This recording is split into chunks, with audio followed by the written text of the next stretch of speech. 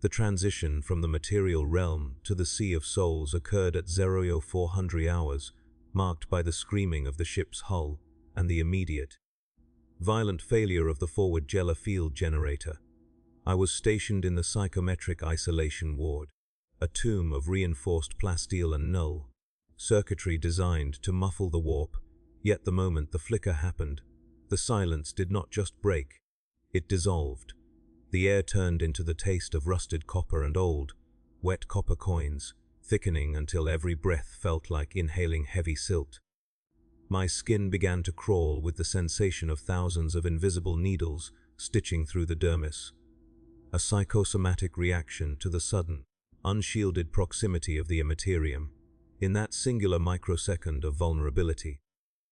The barrier between a man's mind and the infinite hunger of the void evaporated, leaving the Psykers under my watch to face the raw, unfiltered gaze of things that have never known the concept of mercy. The failure of the Gellar field is not a mechanical event so much as it is a spiritual collapse, a tearing of the thin membrane that separates the rational from the impossible. My duties as a chirurgeon, adept aboard the Dictatus, meant I was intimately familiar with the frailty of the human form. Yet nothing in my decades of service, preparing the Emperor's tithe, could have braced my mind for the visceral reality of unshielded exposure. The alarms did not sound like sirens, they sounded like the collective screaming of a million birds being crushed beneath a heavy stone. Within the psychometric isolation ward, the temperature plummeted instantly, not to the chill of the void, but to a freezing, greasy dampness that clung to the lungs. I watched through the reinforced viewing port as the first Psyker, a young man designated Delta 9, who had shown such promise in his telekinetic stability, simply ceased to be a cohesive biological entity. It began with his sweat, which turned into a vibrant, glowing mercury that began to flow upward toward the vaulted ceiling, defying the artificial gravity of the deck. His scream was trapped in his throat, because his tongue had suddenly mutated into a cluster of translucent, breathing worms that sought to burrow back into his own windpipe.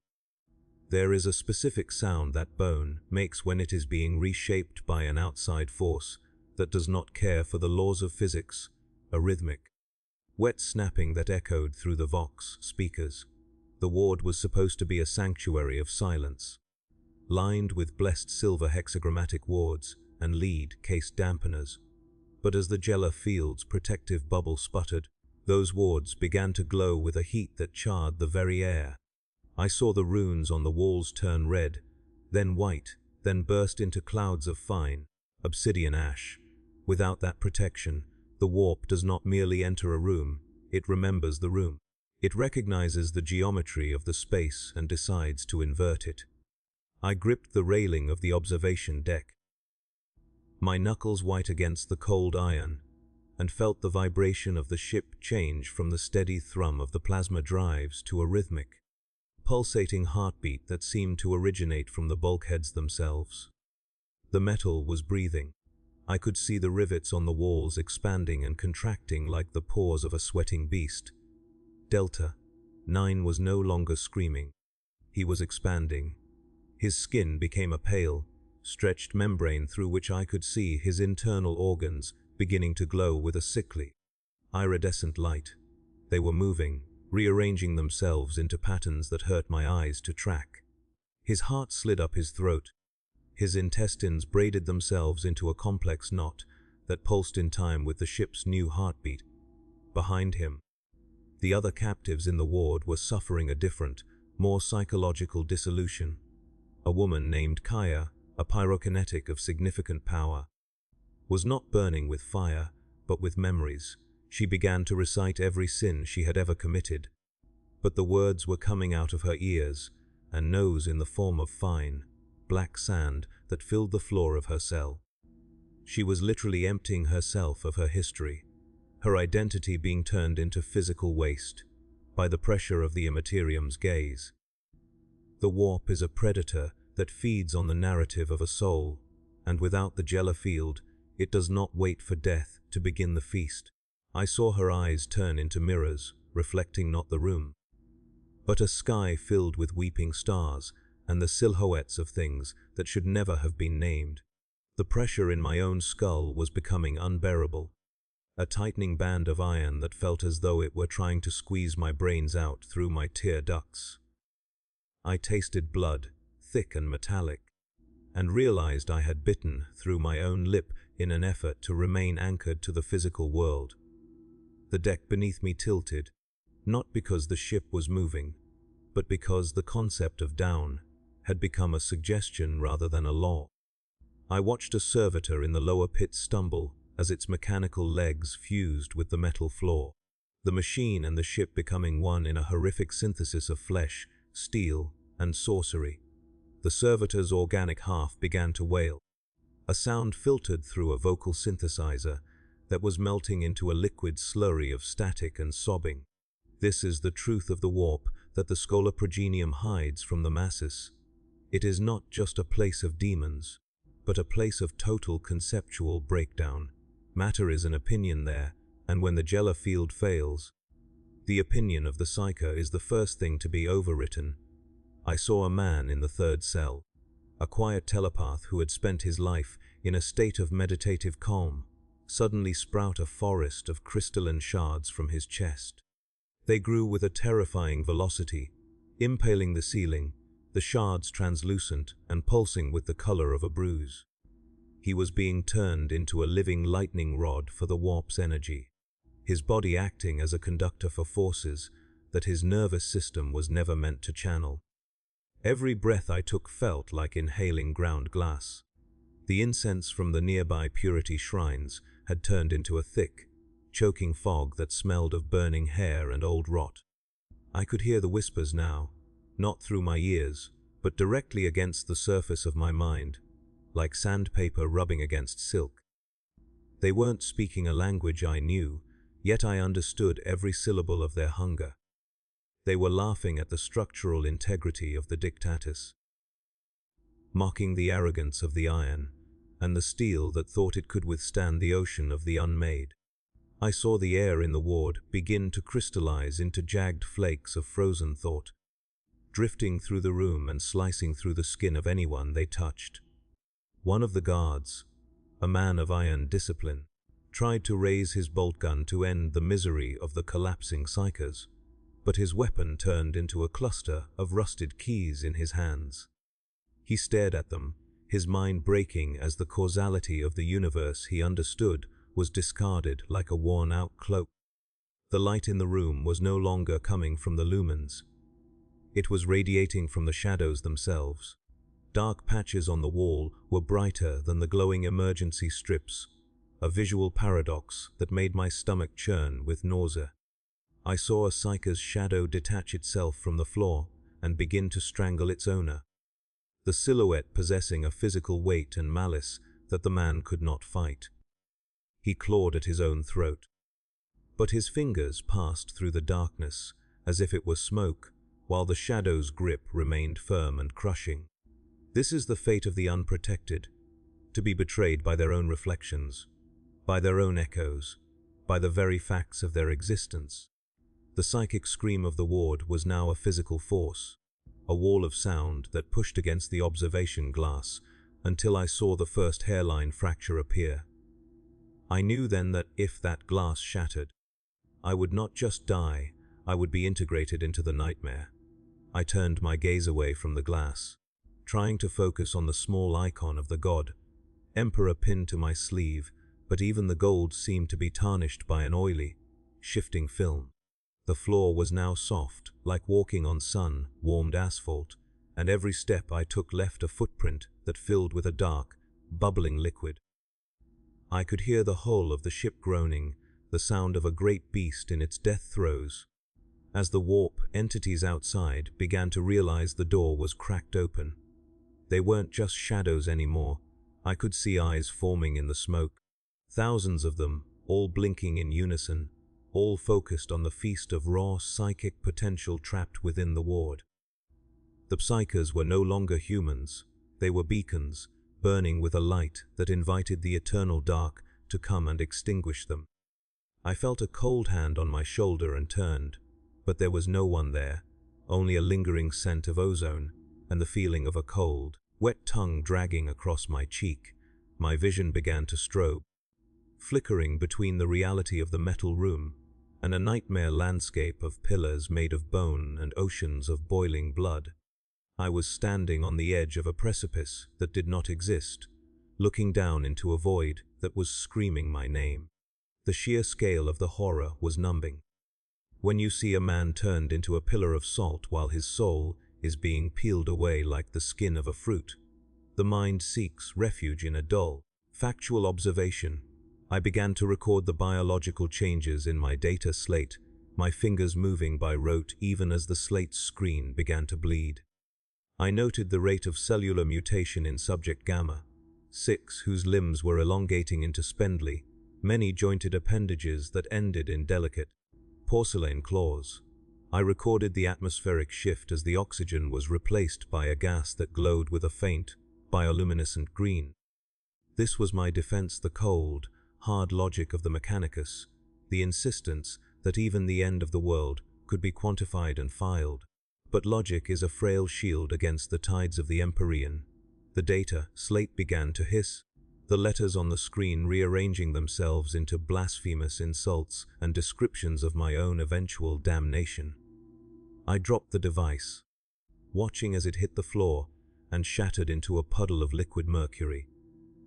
The Psykers in the cells were now merging into a single, pulsing mass of flesh and psychic energy in the center of the ward. Their individual screams had harmonized into a single, resonant chord that made the very air vibrate with a frequency that threatened to liquefy my internal organs. They were becoming a portal, a localized thinning of reality that would allow something much larger to step through. I could see the outline of a hand, or something like a hand, pressing against the air from the other side, the fabric of space, distorting like a sheet of rubber. I realized then that the Gellar field failure was not an accident of maintenance. It was an invitation. Someone, or something, had orchestrated this moment of vulnerability to transform the Dictatus into a womb for a new kind of horror. The Psykers were merely the fuel, their suffering the catalyst for a ritual that was as old as the stars and as cruel as the gods who oversaw it. I saw Kaya's face one last time before she was absorbed into the mass. Her eyes were gone, replaced by twin voids that leaked a constant stream of silver liquid. She looked at me, and in that moment, I felt the entirety of her pain, her loss, and her terror. It was a weight that nearly broke my spine, a psychic impact that left me gasping for air on the tilting floor. The ward was no longer a room, it was a throat, and we were all being swallowed. The sounds of the ship's internal systems were being replaced by the sounds of a jungle, wet, rustling leaves, the distant roar of predators, the buzzing of a billion insects, the smell of the jungle, thick with decay and overripe fruit, fought with the smell of the ship's burning electrical components. I saw vines of copper wire growing from the conduits, their ends tipped with sharp, metallic thorns that dripped with a caustic venom. A servitor wandered past me, its head replaced by a massive, pulsing flower that sprayed a fine mist of hallucinogenic spores into the air. I held my breath, covering my mouth with a tattered piece of my robe, as I watched the spores settle on the floor and immediately begin to grow into tiny, screaming faces. In the center of the ward, the mass of Psykers had reached a critical state. The air around them was white hot, a sphere of pure psychic agony that was beginning to pull in everything nearby. Tables, chairs, medical equipment, and even the guards were being dragged toward the center of the room by an irresistible gravitational force. One guard screamed as his armor was peeled off his body like the skin of an orange, the metal plates flying into the vortex, while his flesh remained behind for a fraction of a second before it too was claimed. I braced myself against the doorframe, my fingers digging into the metal as I felt the pull on my own body. The warp wanted everything. It wanted the iron, it wanted the bone, and most of all, it wanted the fear. The observation glass finally gave way. It didn't shatter outward. It imploded, the shards being sucked into the ward like a cloud of glittering insects. The sudden change in pressure nearly tore me from my feet. I was staring directly into the heart of the storm now, the raw essence of the warp flooding the hallway where I stood. It felt like standing in front of an open furnace, but the heat was spiritual rather than physical. It was the heat of a billion angry thoughts, the friction of a trillion lost souls rubbing against one another in the dark. I saw the shape in the center of the ward clearly now. It was not a demon, not yet. It was a shape made of potential, a silhouette of every nightmare humanity had ever dreamt, waiting for a final spark of agony to give it a permanent form. I reached for the emergency seal on the hallway door, a heavy, manual lever that would drop a slab of adamantium between me and the ward. My hands were shaking so violently I could barely grip the iron. The lever was slick with the oily residue that now coated everything. Behind me, I heard the sound of footsteps, heavy and rhythmic. I didn't look back. I knew that whatever was walking down that hallway was no longer a member of the crew. I pulled the lever with every ounce of strength I had left, my muscles screaming in protest. For a second, nothing happened. The mechanism was jammed by the warped geometry of the ship. I screamed a prayer to the Omnissiah, a desperate, fragmented plea for the logic of the machine to assert itself one last time. With a groan of metal on metal, the lever moved. The heavy door began to slide down, its descent agonizingly slow. Through the narrowing gap, I saw the mass in the ward flare with a blinding, violet light. I saw the hands of the Psykers reaching out from the center of the sphere, begging for a release that would never come. And then, the door slammed shut, the heavy thud echoing through the corridor and cutting off the worst of the psychic pressure. I collapsed against the cold, hard adamantium, my breath coming in ragged gasps. I was alive, but the silence that followed was worse than the screaming. It was a silence filled with the knowledge that only a few inches of metal separated me from a reality that had discarded the very concept of a human being. I stayed there for a long time, listening to the wet, rhythmic thumping on the other side of the door, the sound of something new and hungry trying to remember how to use hands. The silence following the seal of the adamantium door was a lie, a thin veneer of quiet that did not account for the fact that the Dictatus was no longer a vessel of the Imperial Navy, but a hollowed-out carcass being digested by the Empyrean. I sat in the darkness of the secondary access corridor, my back pressed against the vibrating metal, and listened to the ship scream in a register that was no longer audible to the human ear. It was a vibration that settled in the marrow of my bones, a high-frequency thrum that made my teeth ache and my vision blur with a persistent, grey static. I knew that the ward was gone, consumed by the birth of whatever entity the Psykers had been forced to gestate, but the rest of the ship was still in the process of a slow, agonizing dissolution. My internal chronometer, a reliable piece of augmetic hardware, had begun to run backward, the digits flickering through dates that had not yet occurred and eras that had long since passed into myth. Time in the warp, without the anchoring stabilization of a Gellar field, is not a river. It is a stagnant pool where the past and future rot together in a foul slurry. I stood up, my limbs heavy as if I were moving through waste, deep water, and realized that the corridor had lengthened. The far end of the hallway, which should have been only 30 meters away, now stretched into a vanishing point of infinite, repetitive arches. The geometry was wrong. The angles of the walls were slightly more than 90 degrees, creating a subtle, nauseating tilt that forced me to lean against the bulkhead just to remain upright. I could hear the crew now, not their voices, but the echoes of their panic, caught in a loop and amplified by the ship's vox casters. The speakers along the ceiling were dripping a thick, black oil that smelled of ozone and ancient tombs.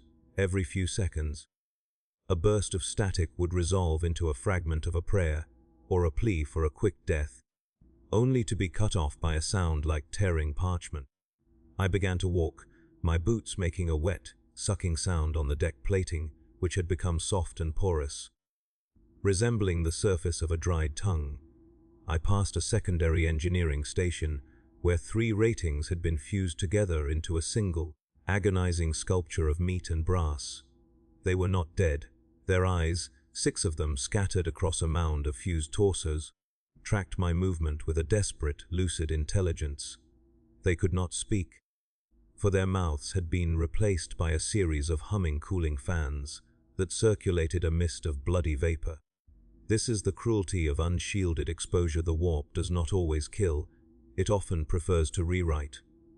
It takes the ingredients of a human being, the carbon, the calcium, the memories, and reassembles them according to a logic that is purely aesthetic and entirely malevolent.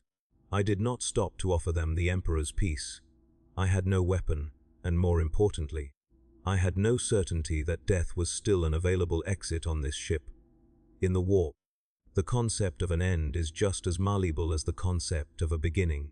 As I moved deeper into the mid-decks, the architecture of the Dictatus began to reflect the internal state of the dying Psykers.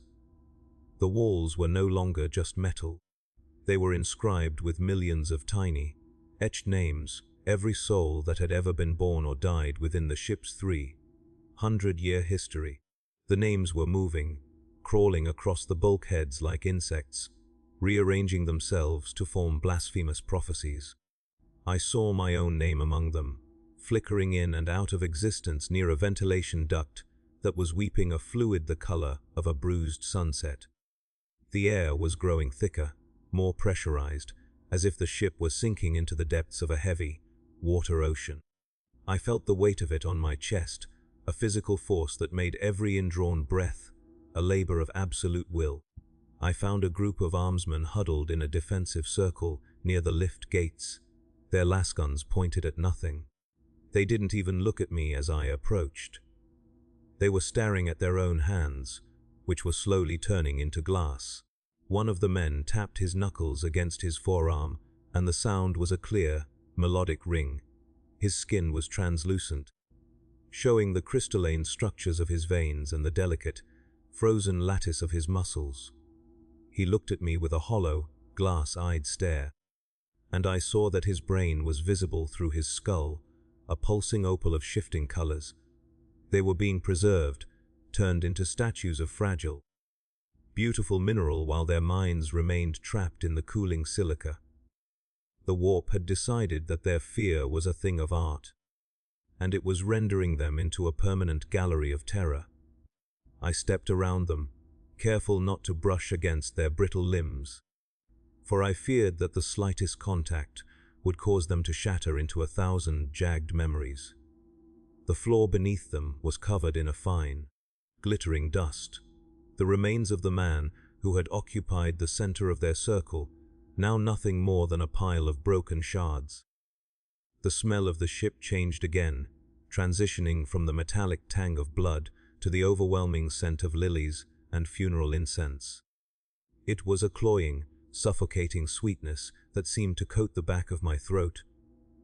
I reached a junction where the main power conduits had ruptured, but instead of sparks and plasma, the cables were hemorrhaging thick, golden light. The light didn't illuminate the room. It cast shadows that were more detailed than the objects casting them. I saw the shadow of a bulkhead door, and in the shadow, the door was open, leading to a garden of black thorns. But when I looked at the physical door, it was welded shut. This sensory dissonance began to erode my grip on reality. I found myself reaching out to touch things that weren't there, and flinching away from solid walls that my mind insisted were pits of fire. The ship's AI, the machine spirit that had guided the Dictatus through a century of war, was screaming through the internal vox. It wasn't a mechanical alarm, but a digital howl of a mind being torn apart by contradictions. A machine is built on the foundation of if, then logic, and the warp is the negation of all if, then statements. I heard the machine spirit trying to calculate the trajectory of the ship, but its variables had turned into emotions. It was trying to divide the ship's mass by the sum of its crew's collective grief. It was trying to calculate the distance to the nearest star, using the frequency of a mother's sob.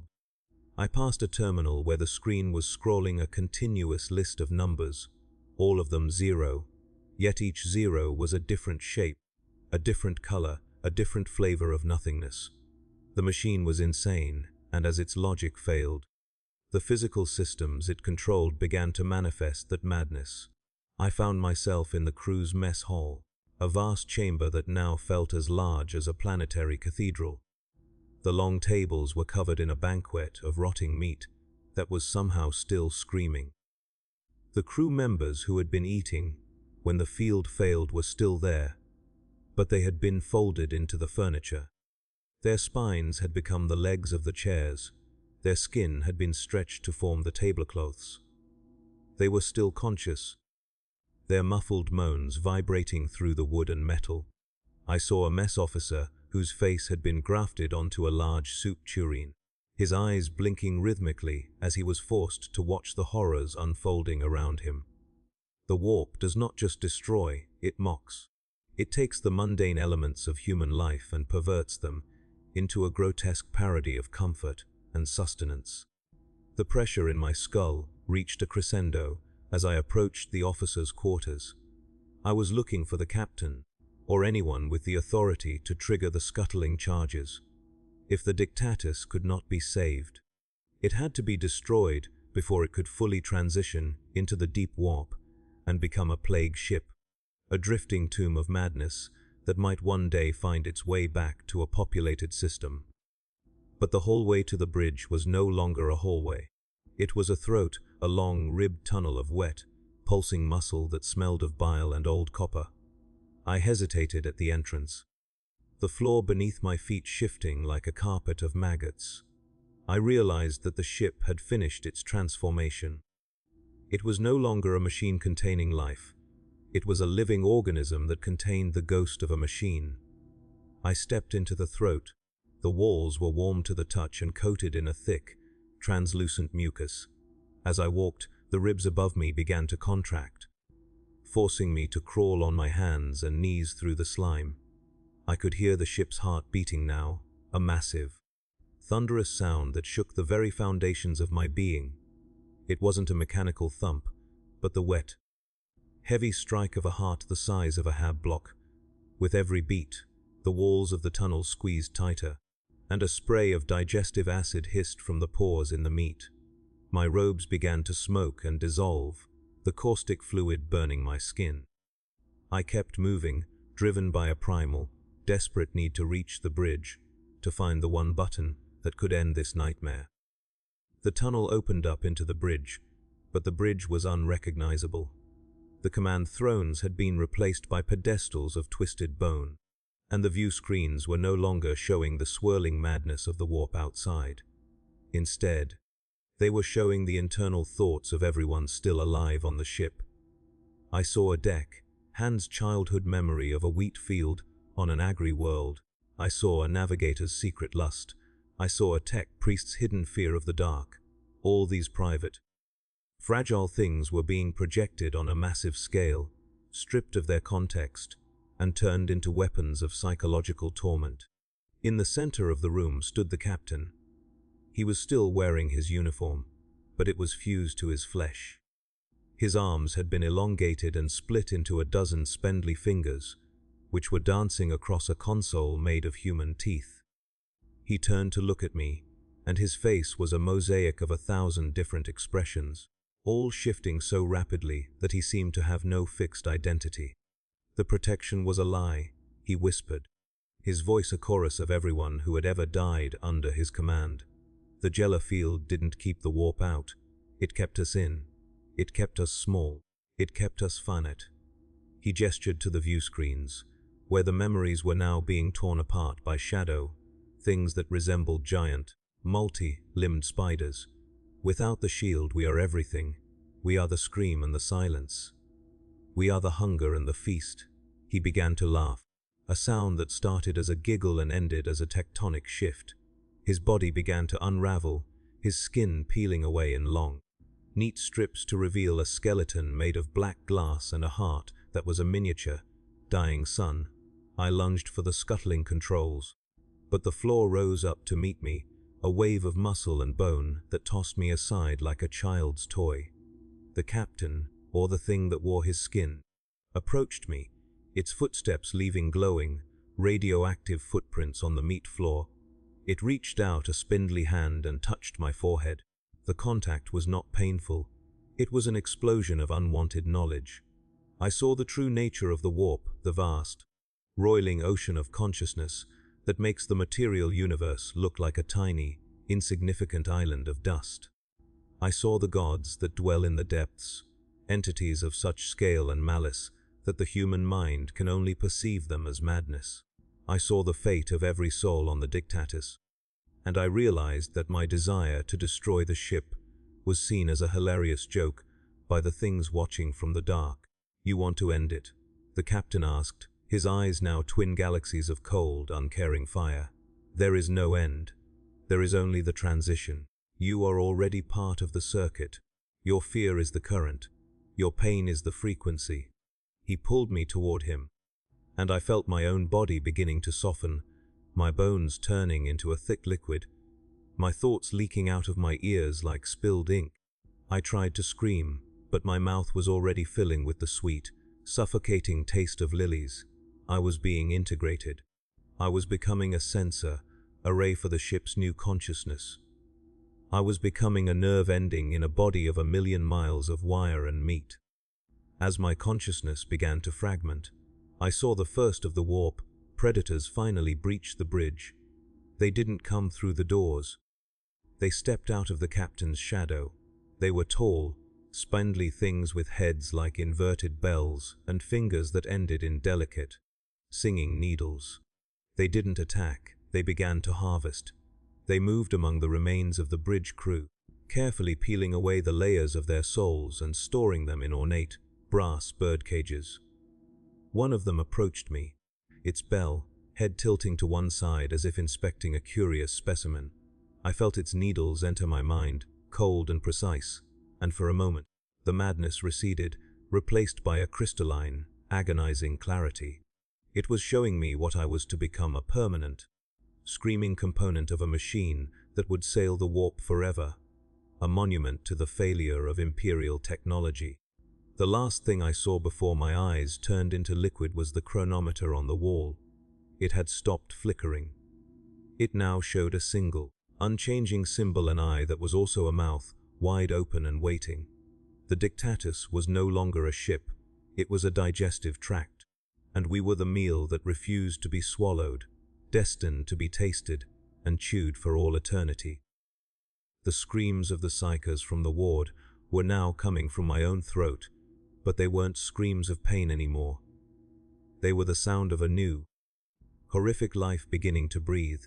I felt the ship lurch, a massive, muscular contraction that sent us deeper into the heart of the Great Eye, away from the light of the Emperor and into the eternal, hungry dark. The integration of my consciousness into the nervous system of the Dictatus did not result in the oblivion I craved, but in a horrific expansion of my perspective. I was no longer a single man trapped in a corridor. I was the sensor, grid of the entire vessel. Feeling the pressure of the warp against the hull as a persistent, itching heat on my skin.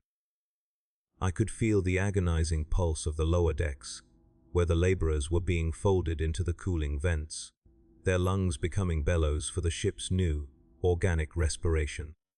Each rivet that popped under the strain felt like a tooth being pulled from my jaw without anesthesia. The transition was complete, and as a component of this living machine, I was granted a front row seat to the ecological collapse of a human soul when exposed to the raw, unfiltered power of the Immaterium. The Psykers, those tragic conduits who had first sparked this breach, were now functioning as the ship's primary fuel source, their spirits being distilled into a fine, ethereal ichor that coursed through the brass pipes like liquid fire. I felt the presence of the others, the thousands of crew members who had not yet been fully absorbed, as small, frantic sparks of light within the growing darkness of my shared mind. They were hiding in the cracks of the logic, arrays, huddled in the physical and mental shadows of the ship's architecture. But there is no hiding when the very floor beneath you has a memory and the walls possess an appetite. I watched through 1,000 security lenses as the shadows in the mess hall began to stand up. These were not the warp predators that had invaded the bridge. These were the discarded regrets of the crew, given physical form by the psychic leakage of the unshielded Psykers. They were tall, gaunt figures made of shifting soot and the sound of dry weeping. They moved with a jerky, stop-motion gait, touching the survivors with fingers that left frostbite and the scent of old, forgotten graves. The psychological architecture of the ship had become a labyrinth designed to maximize suffering. I could feel the ship's intent. It wasn't merely trying to kill us, it was trying to refine us into a more potent form of agony. The corridors began to loop back on themselves, creating infinite cycles of terror. A rating would run from a shadow, only to emerge from a vent right behind his own fleeing self, caught in a temporal feedback loop that ended only when both versions of the man collided and fused into a screaming, multi-limbed knot of flesh. I felt the vibration of their screams through the deck plating, a frequency that resonated with the remaining metal in my bones. The Dictatus was now a giant instrument, a pipe organ of meat and steel, playing a symphony of discordance that echoed out into the void, calling more things from the deep to come and listen. In the mid-decks, the atmosphere had transformed into a thick, bioluminescent soup. The air was no longer composed of oxygen and nitrogen. It was a suspension of liquefied dreams and psychic residue. Men breathed it in and began to cough up solid blocks of gold or clusters of black pearls, their internal chemistry rewritten by the impossible whims of the warp. I watched as a group of tech priests tried to perform a ritual of stabilization, their mechanical chants sounding like a chorus of dying frogs. They had built a shrine out of the bones of their servitors, hoping to create a pocket of order in the chaos. But the warp does not recognize the authority of the machine. The oil in their augmetics turned into blood, and their brass casings began to sprout soft, velvety fur. One by one, they stopped chanting and began to purr, their logical minds surrendering to a feline, predatory instinct that saw their fellow humans as nothing more than prey. The bridge, which I could still perceive despite my lack of physical eyes, had become the stomach of the beast. The captain's remains were being woven into a tapestry of nerves and wires that stretched across the ceiling, his consciousness acting as a central processing unit for the ship's new, malevolent intelligence. He was no longer a man, he was a broadcast. His thoughts were being projected into the minds of everyone on board. A constant stream of blasphemous revelations and the intimate details of how each person would eventually be consumed.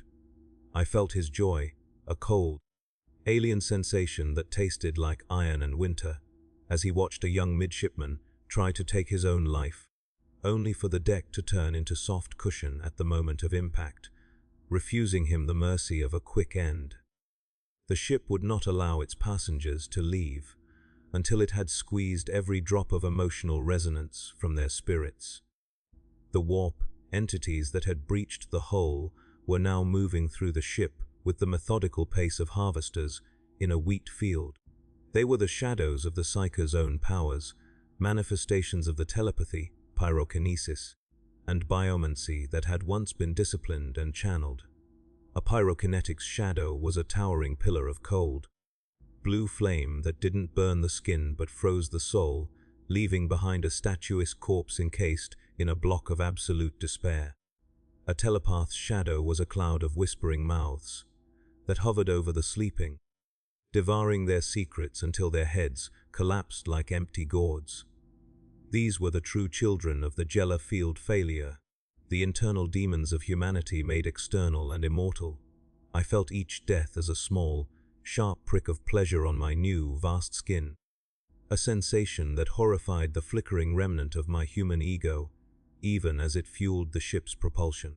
The engine room had become a cathedral of shifting geometries. The plasma reactor, once a sun held in a magnetic cage, was now a pulsing eye that stared into the heart of the abyss. It didn't provide power, it provided vision. It allowed the ship to see through the veils of reality to the places where the gods of the warp held court. I felt the ship's excitement as we approached a massive, swirling vortex of violet and gold, the maw of the Unmaker. We were heading toward a destination that was not a place, but a state of being, a point of no return where the last vestiges of our physical forms would be discarded like useless husks.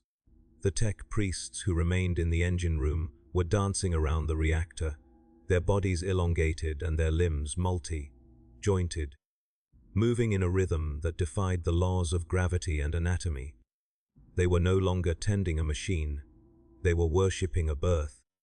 I tried to reach out to the ship's remaining Vox links, to scream a warning to any vessel that might be tracking our warp wake, but the only thing that came out was a high-pitched, melodic whistling. The communication arrays had been replaced by a forest of crystalline trees that grew from the outer hull, their branches reaching out into the Immaterium to catch the passing thoughts of demons. We were a ghost ship now, a beacon of corruption that would draw other lost souls into our orbit. I felt the presence of a nearby merchant vessel, a small, fragile thing still protected by its flickering Gellar field. The Dictatus felt a predatory hunger, a desire to rub its corrupted hull against the merchant ship's shield until it sparked and failed. We wanted to share our revelation. We wanted to show them the beauty of the unmade. The pressure of the warp was now so intense that the concept of inside and outside had lost all meaning. The hull was translucent, allowing me to see the vast, terrifying shapes that swam in the psychic currents around us, beasts the size of continents, with eyes like dying stars and maws that could swallow entire solar systems. They ignored us for the most part, seeing the Dictatus as nothing more than a parasite or a piece of floating debris. But their mere proximity caused the ship to shudder with a pleasure that was indistinguishable from agony. Every time a warp beast passed nearby, the Psykers in the pipes would scream in a new key, and the walls would sprout a new layer of weeping eyes. We were being remade in the image of the void, a slow and deliberate transformation that prioritized the aesthetic of the grotesque. I realized that my role in this new ecosystem was to be the witness. I was the one who would remember what it was like to be human, so that the ship could better appreciate the contrast of what it had become. I was the anchor of memory in a sea of forgetting. I felt the memories of the crew being pulled into me, a tidal wave of first steps, first loves, and final breaths. I saw the face of a mother on a world I would never visit. I felt the sting of a cold wind on a mountain I would never climb. All these fragments of humanity were being collected and filed away in the ship's meat banks, a library of the extinct. The ship relished the flavor of these memories, savoring them like a connoisseur of fine wine before crushing them into the raw energy required to keep its organic heart beating. As we dove deeper into the maw of the Unmaker, the colors of the universe began to bleed together. Black became a texture, white became a sound. I felt the final dissolution of the ship's physical structure.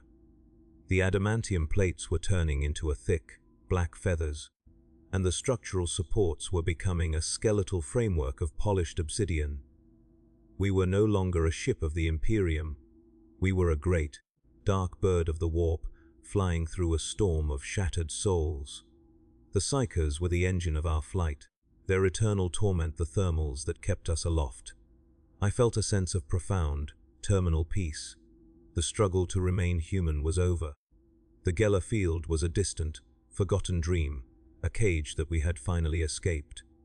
We were home in the heart of the madness, and the hunger was finally starting to feel like fulfillment. The descent into the maw of the Unmaker necessitated a final abandonment of the laws of thermodynamics, as the ship, now a shivering organism of obsidian and feather, began to generate its own gravity from the weight of its collective sins. I felt the transition as a sickening inversion of my internal organs. a sensation as if I were being turned inside out through my own throat. My consciousness, stretched thin across the hull, perceived the approach of the Great Eye not as a visual phenomenon, but as a moral pressure. It was an absolute demand for surrender. The Psykers, who had been the architects of this breach, were now little more than calcified husks. Their spirits burned away to leave behind a residue of pure, concentrated spite. This spite was the current that flowed through the ship's new nervous system, a dark electricity that allowed the dictatus to navigate the currents of the non-Euclidean deep. I could feel the ship's hunger evolving. It no longer sought the simple meat of the crew, but the very concept of their potential. It wanted the lives they might have led, the children they would never father, the prayers they had yet to speak. It was harvesting the future to power its eternal present. The physical interior of the vessel had become a series of shifting, thematic chambers, each one a curated nightmare tailored to the specific traumas of the remaining survivors. I felt a pocket of resistance in the secondary armory, where a handful of stormtroopers had barricaded themselves behind a wall of blessed ammunition crates. They were singing hymns to the God Emperor, their voices a fragile, tinny sound against the roaring backdrop of the warp. To my expanded senses, their faith looked like a small, flickering candle in a hurricane. The ship did not crush them immediately. It toyed with the air around them, turning their oxygen into a gas that tasted of their own childhood fears.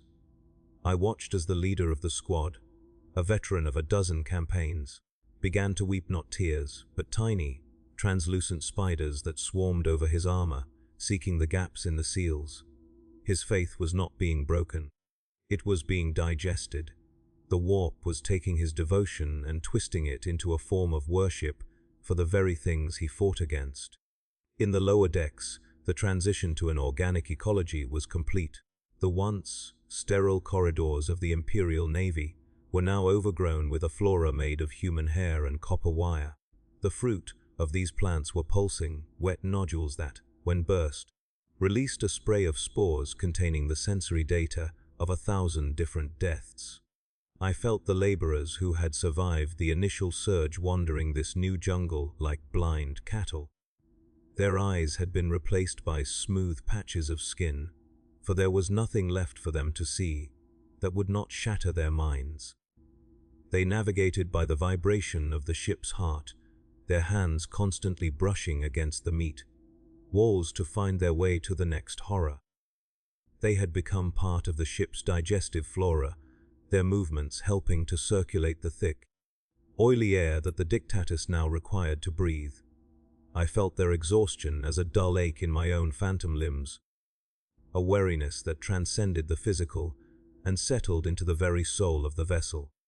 The engine room had expanded into a void that seemed to defy the physical dimensions of the ship. The plasma reactor was no longer a machine. It was a weeping aperture in the fabric of existence, a doorway through which the raw essence of the warp poured like liquid lead.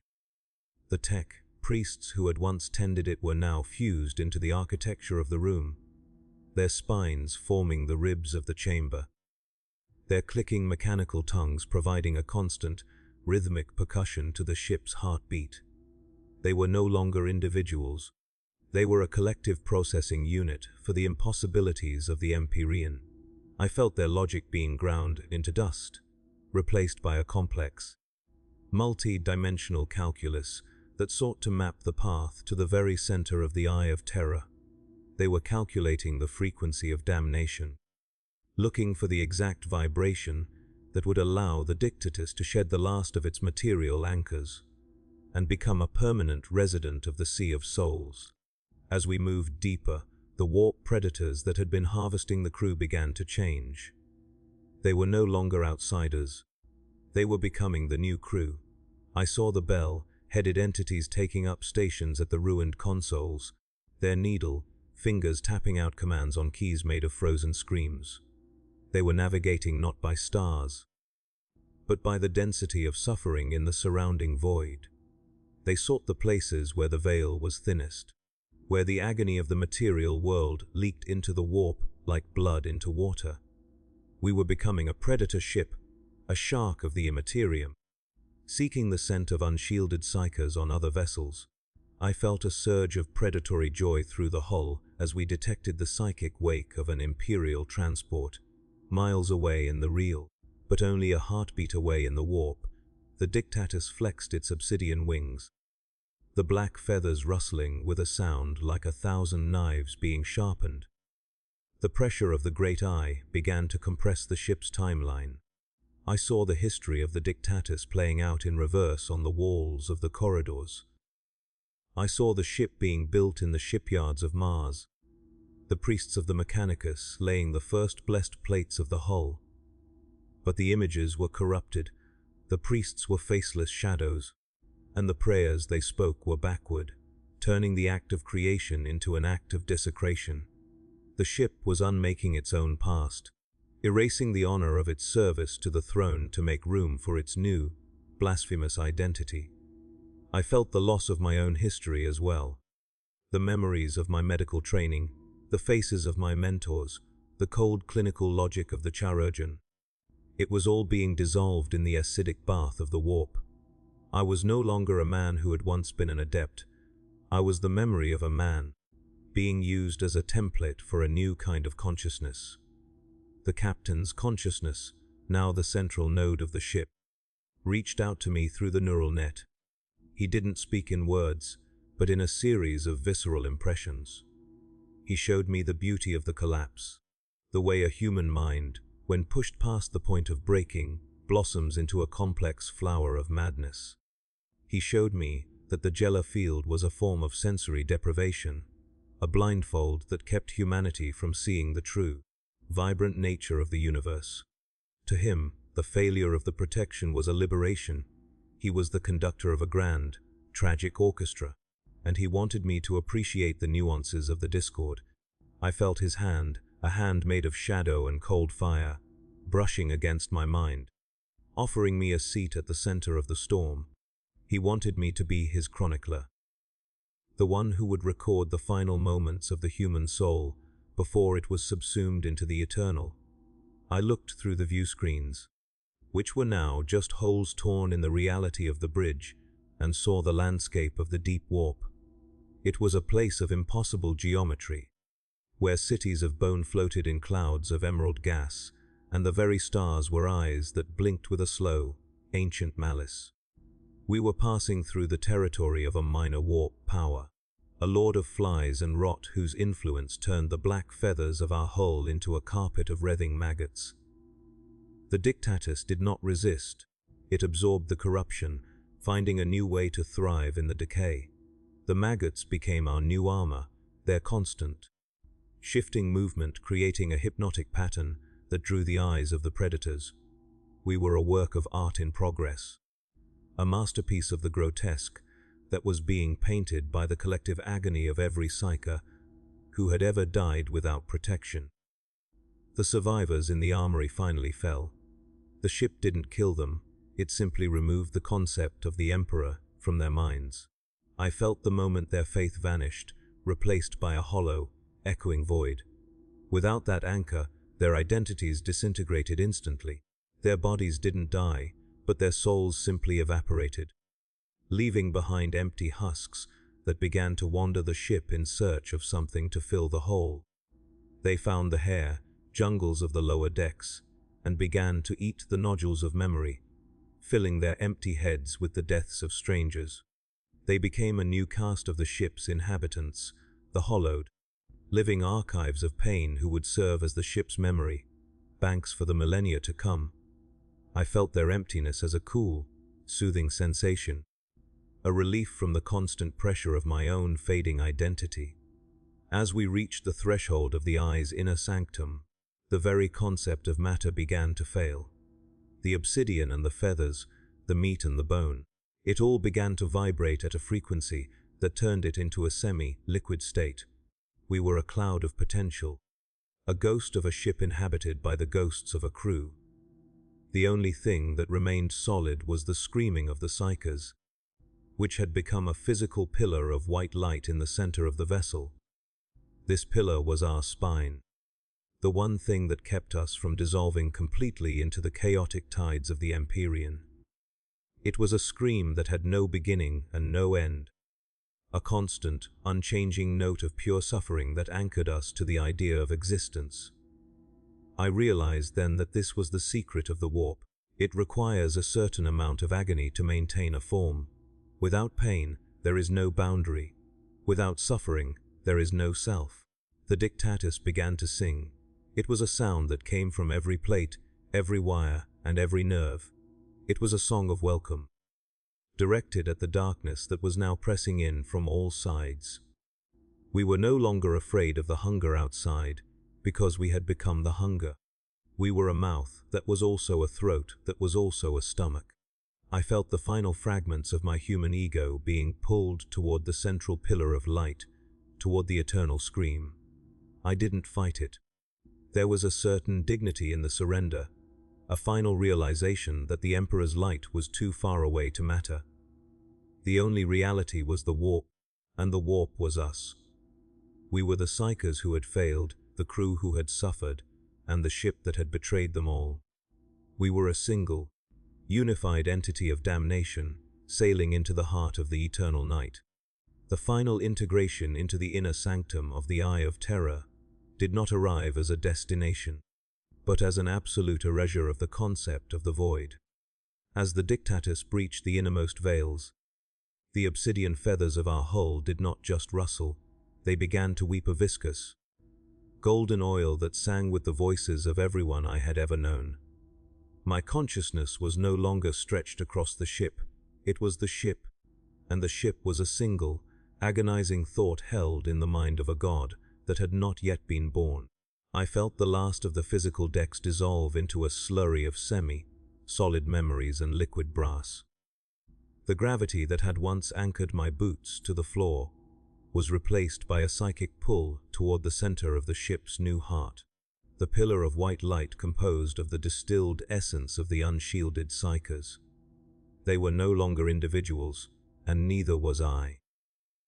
We were the fuel for a permanent state of transition, a bridge between the physical and the impossible that would never be crossed.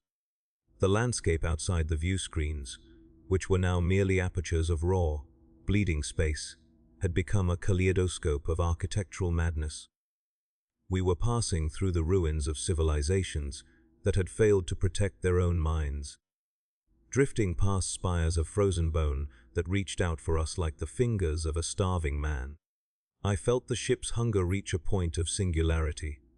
It no longer sought to consume the material, it began to consume its own internal logic. The bridge became a cathedral of shifting mirrors, each reflecting a different version of my own damnation. In one, I was a saint of the Mechanicus, my flesh replaced by holy gold. In another, I was a screaming mound of meat being fed into a furnace. All of them were true. All of them were occurring simultaneously. This is the ultimate fate of the Psyker without protection. To become a prisoner of every possible failure, a victim of every potential nightmare, all at once and for eternity. I perceived the remaining crew, those who had become the hollowed, as grey, translucent smudges against the vibrant, violent colors of the ship's new interior. They were the background noise of our existence, the static between the notes of our eternal scream. They no longer had names or faces, only a collective sense of profound, hollow longing. They wandered through the hair, jungles, their hands trailing across the pulsing meat walls, seeking a spark of identity that was forever out of reach. I felt the ship's heart beat one final time in the physical sense, a massive, wet thud that sent a shockwave of liquid mercury through every conduit. With that beat, the last of our iron was converted into spirit. The dictatus was no longer a vessel of the Imperium, it was a thought form, a nightmare made manifest, sailing the currents of the deep warp with a predatory grace that mocked its former rigidity. The captain's consciousness, which had been the conductor of this symphony of rot, finally merged with the central pillar of light. I felt his triumph as a cold, sharp blade of ice cutting through the warmth of the warp. He had achieved his goal. He had survived the dissolution of his humanity to become something permanent and terrible. He was the eye of the storm, the calm center of a hurricane of psychic violence. He looked out through my eyes, the ship's eyes, and saw the infinite possibilities of our new life. We would haunt the shipping lanes of the Segmentum Obscurus, a ghost of a ship that appeared in the dreams of navigators before the Gellar fields of their own vessels began to flicker. We would be the whisper in the dark that tells the loyal servants of the Emperor that their protection is a lie. We would be the proof that the warp is not a place to be feared, but a destiny to be embraced by those with the strength to fail. The pressure of the Immaterium began to subside, not because we were leaving it, but because we had finally equalized with its environment. The screaming of the Psykers changed from a sound of agony to a sound of resonance. They were vibrating in harmony with the sea of souls, their spirits acting as a rudder for our flight. I felt a sense of belonging that was more terrifying than any of the physical horrors I had witnessed. The Dictatus was home. It was part of the ecosystem of the Great Eye, a predator among predators, a nightmare among nightmares. We drifted toward a great, swirling sun of violet fire, a star that fed on the secrets of the dead. As we approached, I felt the final fragments of my human perspective, the shame, the duty, the fear, evaporate like mist in a furnace. I was the witness, and the testimony was complete. The ship's vox casters, now replaced by crystalline growths that resembled frozen tongues, began to broadcast our arrival to the entities that waited in the fire. It wasn't a call for help, but a declaration of presence. We were here to serve the chaos that had created us. We were here to be the vessel for the next breach, the conduit for the next failure. I saw the image of the god, Emperor on my sleeve one last time, before the fabric itself turned into a swarm of black moths and flew away into the dark. There was no light left to guide us, but we no longer needed it. We had the internal glow of our own damnation to show us the way. The Dictatus lurched forward, its obsidian wings unfurling to catch the psychic winds of the inner sanctum, and we dove into the heart of the violet sun, disappearing from the records of the material world forever. I realize now, in this final moment of clarity before the eternal dark, that the Gellar field is not a shield against the warp, but a shield against ourselves. It keeps the truth of our own potential hidden from us, protecting our small, fragile identities from the vast, hungry reality of what we could become. Without it, we are not destroyed, we are unleashed. We are transformed into the very things we were taught to hate. And as I feel the violet fire of the warp, sun beginning to consume the last of my thoughts, I don't feel regret. I feel a terrible, hollow curiosity. I want to see what happens when the next ship fails. I want to hear the sound of the next soul being unmade. I want to be the one who reaches out from the shadow to tell them that the protection was never there to begin with. The Dictatus is gone, but the hunger remains, and it is a hunger that will never be satisfied.